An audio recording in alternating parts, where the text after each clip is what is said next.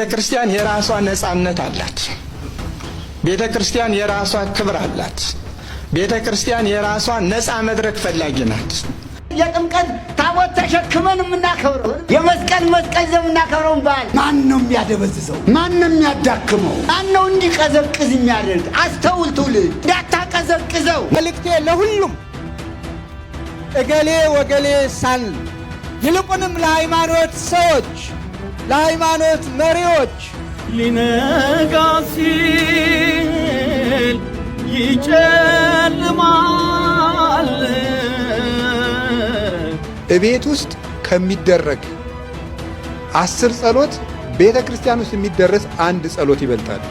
መንገድ የሌላቸው ክብራቸው በነውራቸው ሆዳቸው አምላካቸው ተስፋቸው ምድራቸው የሆነባቸውን ሰዎች በማዳመጥ ነው ጊዜን የምታሳልፈው ወይንስ ለመንግስተ ሰማያት የሚሆን ስንቅ በመሰብሰብ ነው? ሰላም ጤና ይስጥልኝ። እንዴት አደራችሁ? እንዴት ዋላችሁ? እንዴት አመሻችሁ? አምላክ አበው ቅዱስ እግዚአብሔር ስሙ ዛሬም ዘወትርም የተመሰገነና የተወደሰ ይሁን። እንግዲህ ከመስቀል በኋላ ተመልሰናል። ከበዓል አካባቢያችን ወጣ ብለን እንግዲህ 2 ወይ 3 ነገሮችን እንመለከታለን። ዛሬ በጣም ደስ ያለኝ አንድ ቪዲዮ አይቼ ነበር። በተለይ ሊቀ ሊቃውንት ዕዝራ ሐዲስ የተናገሩት ነገር በጣም ደስ ያለኝ ልቤን የሚገዛ ሀሳብ ስለሆነ ለእናንተ ላጋራችሁ ወድጃለሁኝ። ከዚህ በፊት አቡነ አብርሃም ቢሮ ላይ ያሉ ወይ ደግሞ ስራ አስኪያጅ በነበሩ ሰዓት ላይ የተናገሩት አንድ ጥሩ ሀሳብ ነበርና ያንን ነገርና አሁን ባህር ዳር ላይ የተናገሩት ነገር ለማነጻጸር እንሞክራለን። ከዛ ውጪ አባታችን አባ ገብረ ኪዳን ሊቀ ሊቃውንት ስምዐኮነ መልአክም አንድ ጥሩ ተግሳጽ አስቀምጠውላል። በአንጻሩ ደግሞ አንድ ዘማሪ ቸርነት ይሁን ማን እንደሆነ ባላቅም ያደረገው ነገር ደስ አላለኝ። እሱን እንተቻለን። ከዛ በፊት ግን አንዳንድ መነኮሳት ግራ እየገቡኝ ስለመጡ ነው። እንግዲህ አላቅም በገዳም ያሉ አባቶቻችን በበረሃ ያሉ አባቶቻችን መድኃኔዓለም በሚያውቀው ማን ቲክቶክ ከፍቶ እንደሰጣቸው ባላቅም መስታወት መስሏቸው ይሁን አላቅም፣ ግን እንደዚህ የተጠቀሙበት ነውና በጣም ግራ የሚያጋባኝ አንዳንዴ ዋይ ለምንድን ነው በበረሃ ያሉ ገዳማውያን በጫካ ያሉ ገዳማውያን ቲክቶክ ለምን እየተጠቀሙ እንደሆነ ግን እስካሁን ድረስ አልገባኝም። እውነቴን ነው የምላችሁ፣ ምንም ነገር ነው ልረዳ አልቻልኩትኝና ግራ ገብቶኛል። ለማንኛውም እስቲ እግዚአብሔር ያፈቀደ ይሆናል። እስቲ ለማንኛውም ሊቀ ሊቃውንት ጋር ልምጣ። በጣም ደስ የሚል ግሩም የሆነ ንግግር ተናግረዋል። ስሟቸው። የጥምቀት ታቦት ተሸክመን የምናከብረው የመስቀል ይዘን የምናከብረው በዓል ማን ነው የሚያደበዝዘው? ማን ነው የሚያዳክመው? ማን ነው እንዲቀዘቅዝ የሚያደርግ? አስተውል ትውልድ፣ እንዳታቀዘቅዘው። ሞቅሞቅ አድርገው፣ ደመቅ አድርገው። ለማን መሰለህ? ያንተ ነው። ፈሪያቱ እኛስ ካለን እስክንሞት ድረስ አለን። ደማችን ጠብ ይላል። የጥምቀት የመስቀል በዓል ደማችን እዚሁ ላይ ካልፈሰሰ በምንም ታምር አይቀር። ተወደደም ተጠላ ሃይማኖታችን አናፍርም። በሃይማኖታችን ወደኋላ አንልም። አሁንም ጀምሮ አንገቴን ተጣለው። ንምታ አይዞ ካከበርከው ትከብራለህ። ከፈራ ፈሪ እኮ አያመልጥም። ጠንቀቅ። ሃይማኖት እስከዚህ ድረስ ናት። ሃይማኖት እስከዚህ ድረስ ስለሆነች በምንም ታምር ወደኋላ አይባልም። ጥምቀትን የመስቀልን በዓል አደራ ጠብቁ። በዓላችሁ ይችናል። አይ ሰው ሞኙ አያሌው ሞኙ ሰው አማኙ ይላል ያገሬ ሰው። አሁን በሰማይ ያለውን ባንዲራ ማን ይጠቀልልናል ብለው ነው ይሄ አያስፈልግም የሚሉ አንዳንዶች ያልገባቸው። ከደመናው ላይ የሚቀረጸውን እስቲ ማን ነው የሚያወርደው? ይህ ሊያወርደው ይችላል። መሰላል ሊያወርደው ይችላል። የሰማዩን ባንዲራ በምን መሰላል ያወርደው ይሆን? ገና አልገባውም እኮ ገና ነው። ሰው የያዘውን እየጣለ ያልያዘውን ይጨብጣል። ይቺ በዓል ለዘላለም ናት፣ አትርሷት። ከነጠቅ በኋላ መመለሻ የለም። ተጠንቀቅ። ሁለቱን የጥምቀትና የመስቀልን ደመራ በዓል አደባባይ አላከበር ነው። ይህን ድል ተጠቀምበት። ወደኋላ አትበል፣ አትሽሽ። ማን ልትሰጠው ነው በዓሉን? ብሰል ጥያቱን ያዚራት ግን ጠብቅ። አንተ ካልጠበቀው ማን ሊጠብቅልን ነው? ረከብ ያንተ ነው። ጋር ተመልካቻቱን መስቀሉ ያንተ ነው። ጥምቀቱ ያንተ ነው። በዓልህ ነው። እግዚአብሔር ይመስገን። መሀል ላይ የሚለጠፍ ነበር፣ የለም። ይህን የተለጠፈውን አንሳ። አሁን ብፁዕ ባንዲራ ምክንያቱም ስለ ባንዲራው አላፍርም። ኢትዮጵያና ኦርቶዶክስ ተዋሕዶ ሃይማኖት እኮ መስቀልና ማተብ ናቸው። ጎንደር እናመሰግናለን ሊቀ ሊቃውንት ዕዝራ ሐዲስን ረጅም የጤና ጋር ይስጥልን። እውነታዊ በዓላቶቻችንን ለማንም ማስረከበን አንተ በዓላቶቻችንን እየተወሰደብን እየተገፈፈን አሁን ራቆታችንን እየቀረ ያለ ነው። የሆነ ጊዜ ላይ የሆነ ነገር አትያዙ፣ የሆነ ጊዜ ላይ የሆነ ነገር አትያዙ፣ የሆነ ጊዜ አትያዙ እያለ አሁን ባዶአችን እንድንቀር በዓል ስንወጣ ከዚህ በኋላ እንደውም ነጠላ አንዳንድ ጭምር ነው የምፈራውና በዓላቶቻችን የኛ ቅዱስ ትውፊት ያመጣናቸው እስካሁን ያቆየናቸው ወደፊትም ልናቆያቸው የምንችለው በድፍረት ስህተቱን ስህተት ትክክለኛው ነገር ትክክል ነው ስንል ነው። ከዛ ውጭ ግን በዓላቶቻችን እየተሸራረፉ ማለቅ የለባቸውም። እውነቱን እውነት ሐሰቱን ሐሰት እንላለን። አቡነ አብርሃም ሁለት ንግግር ላቅርብላችሁ። ቤተክርስቲያን የራሷ ነፃነት አላት። ቤተክርስቲያን የራሷ ክብር አላት። ቤተክርስቲያን የራሷ ነፃ መድረክ ፈላጊ ናት። ሁሉም ያም ይሄንን አድርጊ ስላላት እየተጎተተች የተባለችውን የምታስተናግድ አትሆንም፣ አይደለችም። የፖለቲካው መስመር ሲደፈር ዝም እንደማይል ሁሉ እኔም ደግሞ ለኔ የመጀመሪያውም የመጨረሻውም ሕይወቴም ማንነቴም ክብሬም ቤተክርስቲያኔ ስለሆነች እሷ ስትደፈር ዝም አልልም፣ እናገራለሁ። የመጣውንም ለመቀበል በጸጋ ዝግጁ ነኝ። መደፋፈሩ በዝቷል። መንግስትም ቤተክርስቲያኒቷን ይደፍራታል፣ አልፎ ይሄዳል። ቤተክርስቲያኒቷን መድፈር ግን አደጋ ነው። ለሃይማኖቱ የማይሞት የለም። አዎ ከዚህ ቀደምም ብዙዎች ሙተዋል፣ ነገም ብዙ ይሞታል፣ ትናንትም ብዙ ሞቷል። ተከባብረን እንኑር፣ ለሰላም እንኑር። ስለዚህ ከወሬ እንራቅ። ቤተክርስቲያኒቱ ተከበር። እንደ ሃይማኖት ለሃይማኖት አንገትን መስጠት ከአባቶቻችን የወረስነው ውርሳችን ነው። ማንም የማይፈቀው ማንም ምንም ይዞ ቢመጣ የማያንበረክከው እስከ መጨረሻው ወቀታ ድረስ የእግዚአብሔር መንግስት በመናፈቅ የምንቀበለው። አሁን የቀረው በልውጡ ብሎ የመረካከብ ስራ ነች ቤተክርስቲያን የቀራት። ይሄን ደግሞ ቆሞ የሚያየለም ዝም ብሎ የሚያየለም። ሶምሶን ያለው አለ ትጻ ነፍሴ ምስለ ኢሎፍላውያን፣ ነፍሴ ከኢሎፍላውያን ጋር ትውጣ ነው ያለ። ከሃይማኖቴ ጋር የኔ ነፍስ ትወጣለች። በሃይማኖት አንደራደርም። ከዛ ውጭ ግን ይህንን ካላደረጋችሁ ምን ልትናገሩ መጣችሁ፣ ይሄ ካልሆነ እንዲህ እንሆናለን የሚለው ምንም የትም አይደርስም። እሱ የትም አያደርሰንም። አይተናል፣ ዘመናት አልፈዋል። ገዢ ሰላም ብቻ ነው፣ ገዢ ፍቅር ብቻ ነው። አመፅ፣ ኃይል፣ ጉልበት፣ ጦር የተወሰነ ጊዜ ነው የሚገዛው። ከተወሰነ ጊዜ በኋላ አቅም የለውም፣ በራሱ ይወድቃል። አይተናል በዓለም ዙሪያ ዛሬም እያየን ነው። ፍቅርን የሚገዛውን ያህል ማንም ገዝቶ አያውቅም። መልእክቴ ለሁሉም እገሌ ወገሌ ሳንል ይልቁንም ለሃይማኖት ሰዎች፣ ለሃይማኖት መሪዎች በልዩ ልዩ መንገድ ይችን ቤተ ክርስቲያን የሚያቃልሉ አማኞቻችሁን ለእናታችን ለቅድስት ቤተ ክርስቲያን ስም የሚሰጡ አማኞቻችሁን እኛ ቅዱስ ጳውሎስ እንደነገረን በቅዱስ መጽሐፍ የተሰቀለውን ክርስቶስን እየሰበክን እኛ የምናምነውን ከመወለዳችሁ በፊት የምናመልከውን ኢትዮጵያውያን ያመለኩትን ኢየሱስ ክርስቶስን በማቃለል ሌላ ስም የሚሰጡትን አማኞቻችሁን አዲስ አማኞች ሆነው ብቅ ብቅ ያሉትን ፓስተሮቻችሁንም ጭምር አስታግሱልን፣ በቃ በሉልን፣ በቃ በሉልን። በጋራ ሀገር በጋራ እንኑር፣ በጋራ ሀገር በጋራ በሰላም እንኑር። ለሀገር እድገት እንጣር፣ ለሀገር ሰላም እንሩጥ። ስንት የምንሰራው ስራ መች ጠፋና? በግጭት ላይ ግጭት እንፈጥራለን። በጦርነት ላይ ጦርነት ማወጅስ ተገቢ ነው? ስንት የምንሰራው ስራ የሃይማኖት ሰዎች መች የምንሰራውን ሰራንና? የስንት ንጹሐን ደም እየፈሰሰ ነው። ስንቶቹ በረሃብ አለንጋ እየተገረፉ ነው። ስንቶቹ መጠለያ አጥተው የአውሬ ቀለብ እየሆኑ ነው። ወላጆች እንዴት ነው እያለቀሱ ያሉት?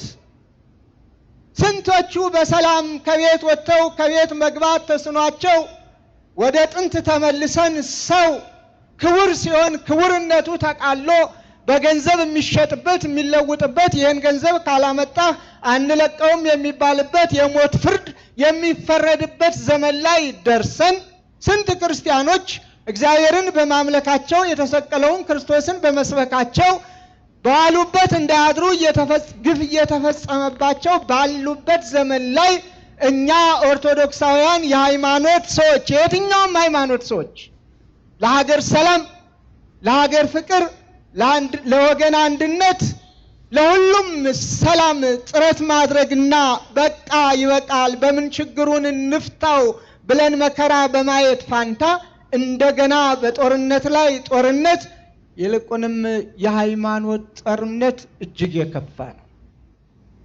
የቀረን እሱ ነው። አሁን ሌላውን አይተነዋል፣ የጎጡን አይተነዋል፣ የመንደሩን አይተነዋል።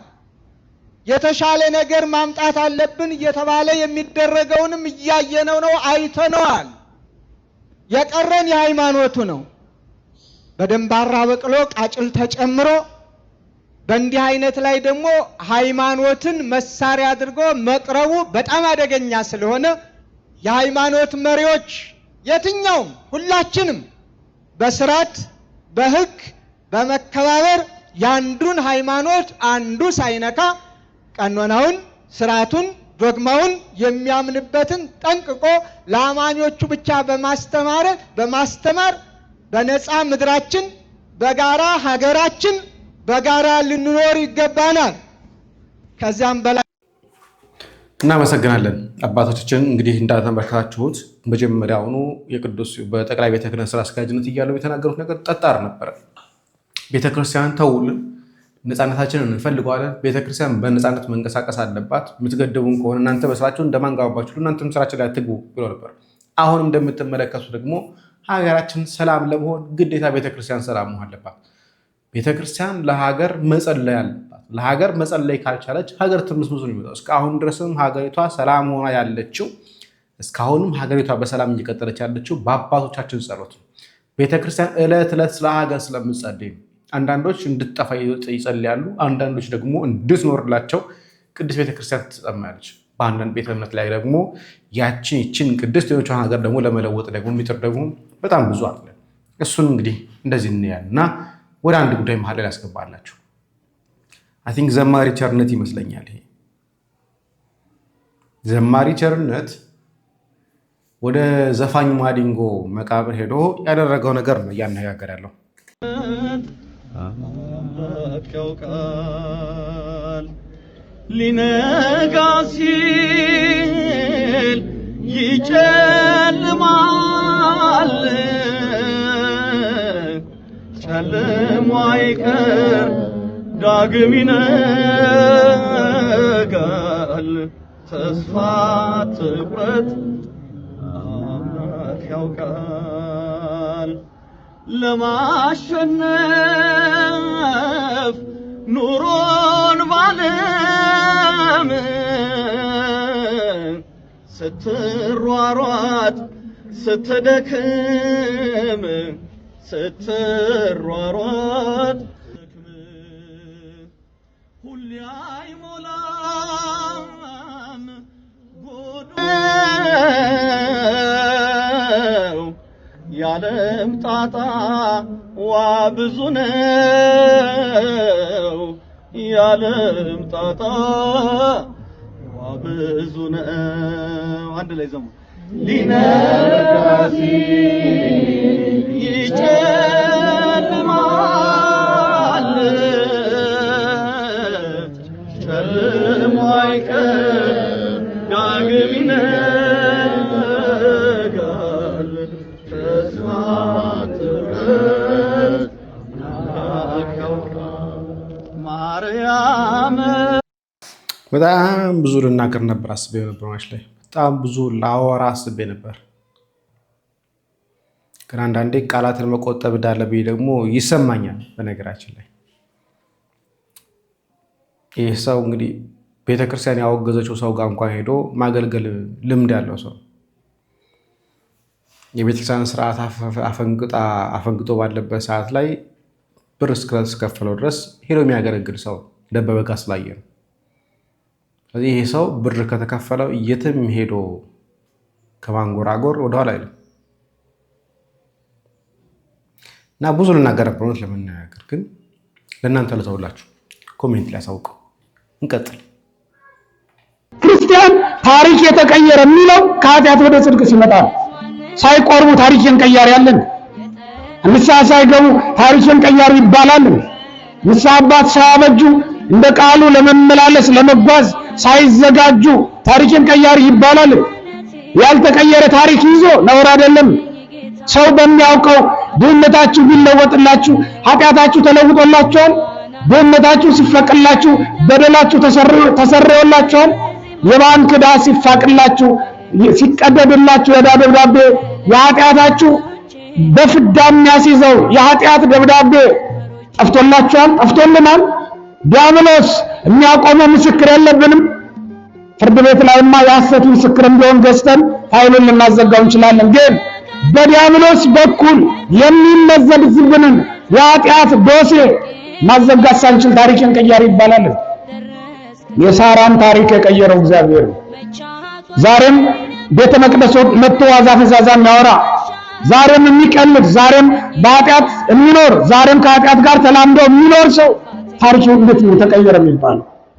ታሪክ የሚቀየረው ሰው ከኃጢአት ወደ ጽድቅ ሲመለስ ነውና ሁላችንም በጽድቅ ሁላችንም በዘላለም ሕይወት ሁላችንም በበረከት ተሞልተን እንድንመለስ አምላካችን እግዚአብሔር ይርዳን። እግዚአብሔር ይስጥልን። እናመሰግናለን። ሊቀ ሊቃውንት ስምዐኮነ መላክን እግዚአብሔር አምላካችን ረጅም ዕድሜ ከጤና ጋር ይስጥልን። ብዙ ሰው እንግዲህ ንስሐ አባት ሳይስ በነገራችን ላይ አገልጋይ ሆኖ ንስሐ አባት የሌለው ሰው ይኖራል። አገልጋይ ሆኖ ቤተክርስቲያን የማይሄድ ይኖራል። አገልጋይ ሆኖ ስጋ አምላክ የማይቀበል ይኖራል። በአንጻሩ ደግሞ በአንድ ስብከት ተመልሰው ቤተክርስቲያን ሄደው ንስሐ ሳይገቡ በቃ እንዲሁ ተመልሻለሁ ነገር ሁሉ ትቻለሁ ብሎ የሚያስቡ ሰዎች አሉ። ሰው ታሪኩ ተቀየረለት የሚባለው ከክርስቶስ ጋር ህብረት ሲያደርገው ከክርስቶስ ጋር ተጣብቆ ሲሆን ከክርስቶስ ርቆ ከስጋ አምላክ ርቆ ከምስጢራት ርቆ ታሪክ የተቀየረልኝ ቢል ሊከብድ ይችላል እና ተመለስን የምትሉ ሰዎች ተመልሻለሁ የምትሉ ሰዎች እባካችሁ አሁንም ቢሆን ከንስሐ አባቶች የተነጋገራችሁ ስጋ አምላክ እንድትቀበሉ እንመክራለን። መምህራችን ጋር አምጣ እቤት ውስጥ ከሚደረግ 10 ጸሎት ቤተ ክርስቲያን ውስጥ የሚደረስ አንድ ጸሎት ይበልጣል። እቤት ውስጥ ከምናደርገው 10 ጸሎት ቤተ ክርስቲያን የምትደረግ አንዲቱ ትበልጣለች። እቤቱ ሆኖ የሚጸልይ ሰው እግዚአብሔር ምንም እንኳን በዓለሙ ሁሉ የሞላ ቢሆንም እቤቱ ሆኖ የሚጸልይ ሰው ለንጉሱ በመልእክተኛ ሐሳቡን የሚልክ ሰው ይመስላል። ቤተ ክርስቲያን ገብቶ የሚጸልይ ሰው ግን ንጉሱን በመንበሩ ፊት ለፊት ቀርቦ ጉዳዩን የሚያስረዳ ሰው ይመስላል። ቤተ ክርስቲያን የእግዚአብሔር የንጉሱ ቤት ናት። ቅዱስ ጳውሎስ አንደኛ ጢሞቴዎስ ምዕራፍ 3 ላይ ሲናገር ቤተ ክርስቲያን ሲናገር ወእዝዘከ ከመ ታስተራት ኩሎ ዘውስተ ቤተ ክርስቲያን አምዳ ወድዳ ለጽድቅ ቤቱ ለእግዚአብሔር ሕያው። እኔ እስከምመጣ ድረስ የቤተ ክርስቲያንን ነገር ታከናውን ዘንድ አዝሃለሁ አለው ጢሞቴዎስን። ይችም ቤት የእውነት መሰረት የሕያው እግዚአብሔር ቤት ናት ይላል። የእውነት መሰረት የሕያው እግዚአብሔር ቤት ናት። ስለዚህ እግዚአብሔር ቤተሰቦች አሁን ቤተ ክርስቲያን ውስጥ በሄድን ጊዜ ከንጉሱ ጋር ፊት ለፊት ነው የምንነጋገረው የምንቆመው። በነገራችን ላይ ፍትሐ ነገሥታችን ላይ የሚያዘው እሱ ነው። ቢያንስ አንድ ሰው 2 ጊዜ ወደ ቤተ ክርስቲያን መሄድ እንዳለበት ጠዋትና ማታ፣ ሁለቱም ደግሞ የህብረት ጸሎት ያለበት ሰዓት ላይ ጠዋት ኪዳንም ቅዳሴም አለ፣ ማታ ደግሞ የሰርክ ጸሎት አለ እና ሌላውን ጊዜ በተቻለ መጠን ባለንበት ስራም ቢሆን በተኛንበትም ቢሆን ብቻ በምንመችበት በስራ ሰዓት ላይ ከሆነ ስራ ቦታችን ላይ አሊያም ደግሞ ኦፊስ ውስጥ ቤት ውስጥ ምንሰራ ከሆነ ደግሞ ባለንበት ቦታ ላይ ጸሎት እንድንደረግ ይገደላል እና በተቻለ መጠን በተለይ አቅሙ ያለ ሰው መሄድ፣ አቅሙ ከሌለን ግን ባለንበት ሆነን ግን እግዚአብሔርን ማሰብ ያንን እድል እንዲሰጠን እግዚአብሔርን መጠየቅ መለመን ደግሞ ተገቢ ነው ብዬ አስባለሁ። በተለይ ደግሞ አረቡ ሀገር ያላችሁ እህቶቻችን አውሮፓም ያላችሁ እንደዚሁ የስራ ሰዓታችሁ ላይ መሄድ ስለሚችል እግዚአብሔር ለዚህ እድል እንዲያበቃችሁ መማፀን። ጉንዳን በሰፈሯ እባብ ቢያልፍም ዘወር አትልም። በቃ ምግቧን ነው የምትሰበስበው። መንገድ የሌላቸው ክብራቸው በነውራቸው ሆዳቸው አምላካቸው ተስፋቸው ምድራቸው የሆነባቸውን ሰዎች በማዳመጥ ነው ጊዜን የምታሳልፈው ወይንስ ለመንግስተ ሰማያት የሚሆን ስንቅ በመሰብሰብ ነው? ጥያቄው ይሄ ነው። ለመንግስተ ሰማያት የሚሆን ምን አዘጋጅተሃል ነው ጥያቄ እኮ ነው። ተመልከቱ፣ ተስፋችን ሰማያዊ እንደሆነ በእግዚአብሔር መልክ ተስለን ከጉንዳን ተሽለን የተሻለ ሰው ስንሆን ቢያንስ የጉንዳን ያህል ማሰብ ካቃተን መድኃኔዓለምን ምን ልንለው ነው? ምን መልሰውን ካሁኑ ማዘጋጀት አለብን ከቻላችሁ ማለት ነው። ያስተምሩን አንድ ሰው ነበረ ይላሉ። ስንት ሰው ነገሩ? በሞቴ በአመት በአንድ ሀገር ህግ በአመት አንድ ሰው ይነግሳል። በአመቱ ወርዶ እስር ቤት ይጣላል። በአመት ስንት ሰው ይነግሳል? ከፍቷቸዋል እንዴ? በአመት ስንት ሰው? በአመቱ ምን ይላል? ሰራዊት ቢያደራጅ ምንም ቢል ግዴታ ይወርዳል። አንድ ማጭድ ይቀላል ማለት ነው። ከዚያ በኋላ እስር ቤት ወስደው ይዘጉታል። ጠያቂ የማይኖረውም በረሃብ ይሞታል አሉ። አልነግስም ማለትም አይቻልም። እሺ አሁን ሰው እኮ ብላተኛ አይደል? እኔ አልነግስም ብልስ አለ። እስኪ ቆይ እናንተም ብናነግሳችሁ ምን ታደርጋላችሁ?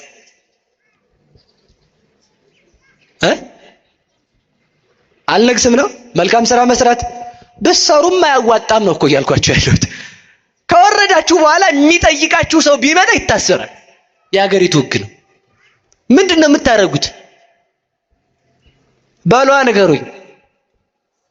አቤት አንድ ብልህ ሰው ተሾመ ይላሉ ሊቃውንቱ። ምን ሰው ባሉ? ብልህ ሰው በሉ እንጂ። ይሄ ሰውዬ በተሾመባት ዕለት ጀምሮ ምን ይል መሰላችሁ? ነሳ ይሄንን ዕቃ እስር ቤት አድርሰውና ይለዋል ወታደሩን። ከዛ የቤተ መንግስቱን ዕቃ ሙልጭ አርጎ እስር ቤት ይዞት ሄደ። አስጋዘው። በዚያ የሱ ስልጣን ነው፣ ማንም አይናገረው። ከዛ አመቱ ደረሰ፣ ህዝቡ ተሰበሰበ። ጌታው አሉት። አቤት። እንግዲህ ውረድ እንጂ አሉት። በዛብኝ፣ እንደውም ቶሎ ወርዱኝ አላቸው። የት ነው የሚሄደው? እስር ቤት? ቤተ መንግስት? በሞቴ ንገሩኝ። እስር ቤት ነው የሚሄደው? ቤተ መንግስት ነው? ቤተ መንግስት ነው የሚሄደው ማለት። ስለዚህ በዚህ ዓለም እድሜ ተሰጥቷል። ስትሞት ስሞት የምበላት ስታሰር የምታስፈታኝ ብለህ ለመንግስተ ሰማያት ያስቀመጥክ እንደው ብልህ ሰው ነህ። ያ ነው ብልህነት የሚባለው። ሁላችሁም በዚህ ዓለም ላይ ተሹማችኋል፣ ንጉስ ናችሁ። ግን የጥሪ ዘመን ሞት አይቀርም ሞት። ለምን ካላችሁ ሞት የማይቀርበት መድኃኒዓለም ስለጠላን አይደለም። የሚደክመውን ስጋችንን በማይደክም ሊለውጠው ነው። የሚራበውን ስጋችንን የማይራብ ሊያደርገው ነው። የሚሞተውን ስጋችንን ሕያው ሊያደርገው ነው። የሚጨልምበትን ስጋችንን ብርሃን ሊያደርገው ስለሆነ ምን ያደርገዋል? በሞት ግዴታ ይለውጠዋል። የዚያን ጊዜ የምትበላው ምግብ አለ ሆይ ነው። እሺ አሁን ብንሞት ቤተ መንግስት ነው የምንሄደው? እስር ቤት ነው? በሞት የነገሩኝ። ቤተ መንግስት